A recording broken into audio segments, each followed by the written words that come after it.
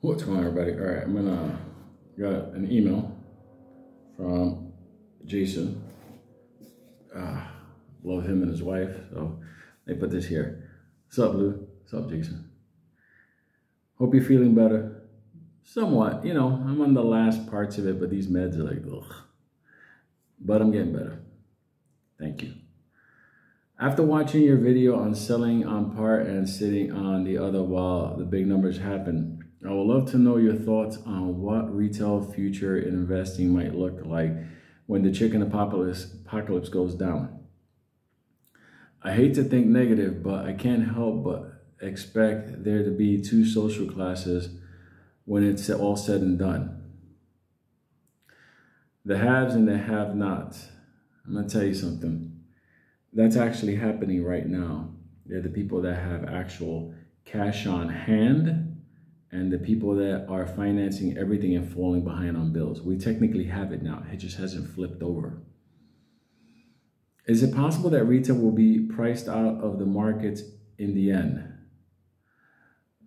Yes, on the traditional markets. The future markets, I envision companies issuing out their own coin as an investment in order to drum up money. I see localized investments happening. So a company will turn around and, let's say, mint 500,000 coins and sell those coins and get money that way. I think there's going to be a rebellion against Wall Street. I think Wall Street will cease to exist in the future. Okay. Is it possible that retail will be priced out of the market then? Because I honestly believe that in the end goal here with the World Monetary Fund and other like groups, organizations, you will own nothing and be happy shit. Yeah, I totally understand that. Trust me, I fight the urge to off some of those motherfuckers. I can tell you one thing, before I leave this planet, some of those motherfuckers are coming with me. Just saying. I'm wondering if I should start selling stuff and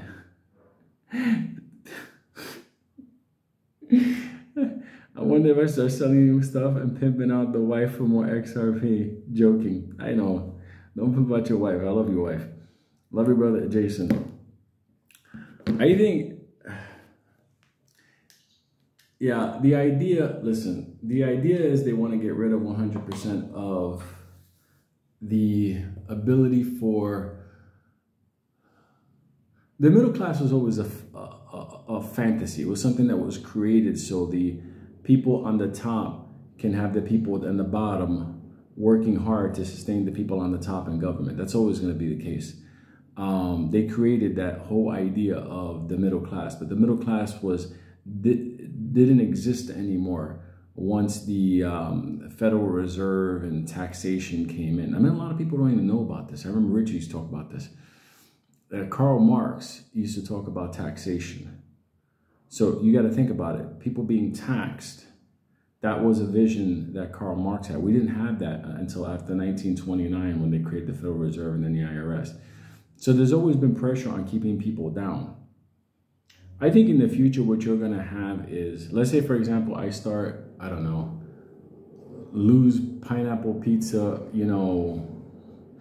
therapy corporation. And I need to drum up money. Well, the idea now, in the old days, you used to cut up stock certificates, register them with the state, and sell those certificates out, and obviously get the seed capital money. I think in the future, you're going to see more like issuing coins out, getting cash. People will be able to invest in that. So people who work for companies will be like, oh, I could buy into the coins. I'll get them at a cheaper price. So as the worth of the company goes up, you'll have those coins. This is going to be, and I'm telling you now, this is going to be that last era where the average Joe can take a stake in something and take money with him into the next financial evolution. People, like to say different things or whatever, but a lot of things are down now. A lot of things are down. So the idea of us being able to take this, what we have now, and catapult us onto the other side better, yeah, that's everything now. That's so important now that people have no idea. So, hopefully the chicken apocalypse could be averted. I don't think it can. I think we're in it right now.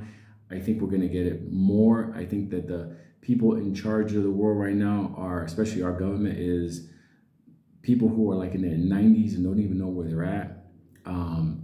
Yesterday, Elk Spaghetti sent me over a video where Kim Jong-il, or whatever, the leader of North Korea, was warning America and the world that they have to stop us from going into, obviously, the full Armageddon type thing. When you see the leader of the nation that everybody feared warning the world that we have to return back to peace and stability, that lets you know that we're in a different place right now. You know, I look at the conflict that's happening overseas, you know, I think it's a stupid thing. I'm trying to stay out of the whole thing. I don't, you know, my thing is team humanity, you know, but at the end of the day, you know, I keep thinking to myself, like, that has the possibility to turn the world into basically a giant, you know, ashtray. Over what? Over what? At the end of the day, it has nothing to do with any of us. You know, you look at the president over there, his son is in Miami chilling on the beach. So, I mean, like, this is